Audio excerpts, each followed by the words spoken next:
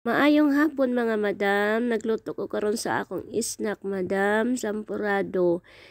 Kakao man ni siya madam sa atoa unya diri kokwa ang akong gigamit no kay wala man gyud diri ingon nga madre kakao. So ako siyang gisagol aning akong kanon nga giluto balig himog og lugaw mga madam, tapos gisagulan nako og kanang kuan diri pinalit na daan na kokwa.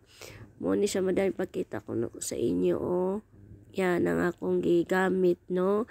Shout out day ko sa una sa amo sa dito pa ko Pinas no, na kada hapon jud magluto gid ni aning sampurado kay mo gini ipaluto sa kung ayaan kada gig hapon mo ni among snack. Di ko malimot ani kay kada gid hapon gid mi magkaon kung nay sobra-sobra na mga kanon na ako da yung lugawon buhatan na nako sa butangan na ako sa sampo himuon akong sampurado madam, butangan na ako sa kokwa.